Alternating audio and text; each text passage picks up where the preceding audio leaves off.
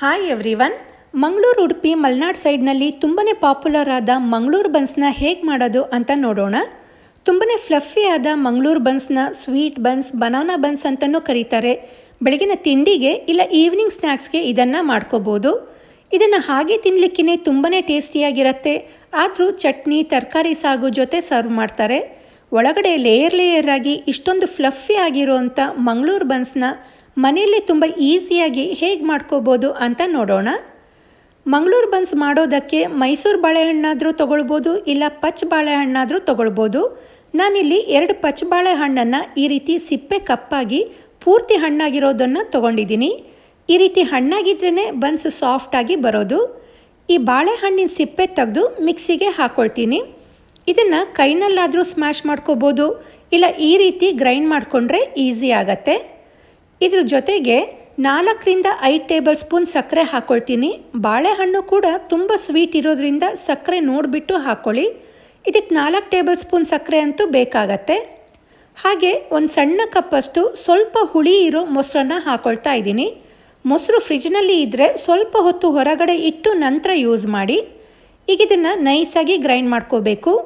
ಕೈಯಲ್ಲಿ ಸ್ಮ್ಯಾಶ್ ಮಾಡೋದ್ರಕ್ಕಿಂತ ಈ ರೀತಿ ಗ್ರೈಂಡ್ ಮಾಡ್ಕೊಂಡ್ಬಿಟ್ರೆ ಕೆಲಸ ಈಸಿ ಆಗುತ್ತೆ, ಹಾಗೆ ಈವನ್ನಾಗೂ ಮಿಕ್ಸ್ ಆಗುತ್ತೆ. ಈಗ ಇದನ್ನು ಒಂದು ಸಪ್ರೇಟ್ ಮಿಕ್ಸಿಂಗ್ ಬೌಲ್ಗೆ ಹಾಕ್ಕೊಂಡ್ಬಿಡೋಣ. ಇದಕ್ಕೆ ಒಂದು 1/4 ಟೀ ಸ್ಪೂನ್ಗಿಂತ ಕಡಿಮೆ ಉಪ್ಪು, 1/4ರಿಂದ ಅರ್ಧ ಟೀ ಸ್ಪೂನಷ್ಟು ಅಡುಗೆ ಸೋಡಾ, ನಂತರ ಅರ್ಧ ಟೀ ಸ್ಪೂನಷ್ಟು ಜೀರಿಗೆ ಹಾಕಿ ಮಿಕ್ಸ್ ಮಾಡ್ಕೊಳ್ಬೇಕು. ಈ ಹಿಟ್ಟನ್ನೆಲ್ಲ ಕಲಸಾದ್ಮೇಲೆ ಸುಮಾರು ಗಂಟೆಗಳ ಕಾಲ ನೆನೆಸ್ಕೋಬೇಕು. ನಿಮಗೆ ಅಷ್ಟೊಂದು ಟೈಮ್ ಆಗಲ್ಲ ಅಂದರೆ ಸೋಡಾ ಸ್ವಲ್ಪ ಜಾಸ್ತಿ ಹಾಕ್ಕೊಳ್ಳಿ. ಇದು ಮಿಕ್ಸ್ ಆದಮೇಲೆ ಇದಕ್ಕೆ ಒಂದು ಬೌಲಷ್ಟು ಮೈದಾನ ಹಾಕ್ಕೊಳ್ತಾ ಇದ್ದೀನಿ. ಇದಕ್ಕೆ ಇಷ್ಟೇ ಮೈದಾ ಬೇಕಾಗತ್ತೆ ಅಂತ ಹೇಳೋಕ್ಕಾಗಲ್ಲ. ಕಲಿಸ್ತಾ ನಿಮಗೆ ಗೊತ್ತಾಗತ್ತೆ, ಅದ್ರ ತಕ್ಕನಾಗೆ ಹಾಕ್ಕೊಳ್ತಾ ಹೋಗಿ. ಈಗ ನೋಡಿ, ಇದು ಸ್ವಲ್ಪ ಅಂಟಂಟಂತ ಅನ್ನಿಸ್ತಾ ಇದೆ. ಇದಕ್ಕೆ ಮತ್ತೆ ಇನ್ನೂ ಒಂದು 1/4 ಬೌಲಷ್ಟು ಮೈದಾನ ಹಾಕ್ಕೊಳ್ತಾ ಇದ್ದೀನಿ. ಇದನ್ನು ನೀಟಾಗಿ ಕಲಿಸ್ಕೊಂಡ್ಮೇಲೆ ಮಿನಿಮಮ್ 8 ಗಂಟೆನಾದರೂ ನೆನೆಯಲಿಕ್ಕೆ ಬಿಡಬೇಕು. ಬೇಕಾದರೆ ರಾತ್ರಿ ಕಲಿಸ್ಬಿಟ್ಟು ಬೆಳಗ್ಗೆ ಮಾಡ್ಕೊಳ್ಬೋದು, ಇಲ್ಲ ಬೆಳಗ್ಗೆ ಕಲಿಸ್ಬಿಟ್ಟು ಸಂಜೆ ಬನ್ಸ್ನ ಮಾಡ್ಕೊಳ್ಬೋದು. 8 ಗಂಟೆ ಆಗಲ್ಲ ಅಂದರೂ ಅಟ್ಲೀಸ್ಟ್ 6 ಗಂಟೆನಾದರೂ ನೆನೆಯಲಿಕ್ಕೆ ಬಿಡಬೇಕು. ಎಷ್ಟು ನೆನೆಸ್ಕೊಳ್ತೀವೋ ಬನ್ಸ್ ಅಷ್ಟು ಫ್ಲಫಿಯಾಗಿ ಬರುತ್ತೆ. ಈಗ ನೋಡಿ, ಇದು ನೀಟಾಗಿ ಮಿಕ್ಸ್ ಆಗಿ ಸಾಫ್ಟಾಗೂ ಇದೆ. ಬಾಳೆಹಣ್ಣು ಹಾಕಿರೋದ್ರಿಂದ ಸಾಫ್ಟಾಗೇ ಇರುತ್ತೆ. ಇದ್ರ ಮೇಲ್ಗಡೆ ಸ್ವಲ್ಪ ಎಣ್ಣೆ ಅಥವಾ ತುಪ್ಪನ ಹಾಕಿ ಮೇಲ್ಗಡೆ ಸವರ್ಕೊಳ್ಬೇಕು. ನೆನೆಯಲಿಕ್ಕೆ ಇಟ್ಟಾಗ ಮೇಲೆ ಡ್ರೈ ಆಗತ್ತೆ. ಈ ರೀತಿ ಎಣ್ಣೆ ಸವರಿದ್ರೆ ಡ್ರೈ ಆಗಲ್ಲ. ಈಗ ಇದನ್ನು ಒಂದು 8 ಗಂಟೆ ನೆನೆಯಲಿಕ್ಕೆ ಬಿಡೋಣ. ಒಂದು 8 ಗಂಟೆ ಆದಮೇಲೆ ಮತ್ತೆ ಈ ಹಿಟ್ಟನ್ನು ಚೆನ್ನಾಗಿ ನಾದ್ಕೊಂಡು, ಈ ಚಪಾತಿ ಮಾಡ್ಕೊಳ್ಳೋಕ್ಕೆ ಹಿಟ್ಟನ್ನು ತೊಗೊಳ್ತೀವಲ್ಲ ಅಷ್ಟು, ಇಲ್ಲ ಅದಕ್ಕಿಂತ ಸ್ವಲ್ಪ ಜಾಸ್ತಿ ಹಿಟ್ಟನ್ನು ತೊಗೊಂಡು ಉಂಡೆ ಮಾಡ್ಕೊಳ್ಬೇಕು. ಈ ರೀತಿ ಉಂಡೆ ಮಾಡ್ಕೊಂಡ್ಮೇಲೆ ಇದನ್ನು ತಟ್ಕೊಳ್ಳೋಕ್ಕೆ ಸ್ವಲ್ಪ ಒಣ ಹಿಟ್ಟನ್ನು ಮಣೆ ಮೇಲೆ ಮತ್ತು ಹಿಟ್ಟಿನ ಮೇಲೆ ಹಾಕಿ ಈ ರೀತಿ ಕೈಯಲ್ಲೇ ತಟ್ಕೊಳ್ಬೋದು, ಇಲ್ಲ ಲಟ್ಟಣಿಕೆಯಲ್ಲೂ ಕೂಡ ಲಟ್ಟಿಸ್ಕೊಳ್ಬೋದು. ಇದನ್ನು ಪೂರಿ ಥರ ತುಂಬ ತೆಳು ಲಟ್ಟಿಸ್ಕೊಳ್ಬಾರ್ದು.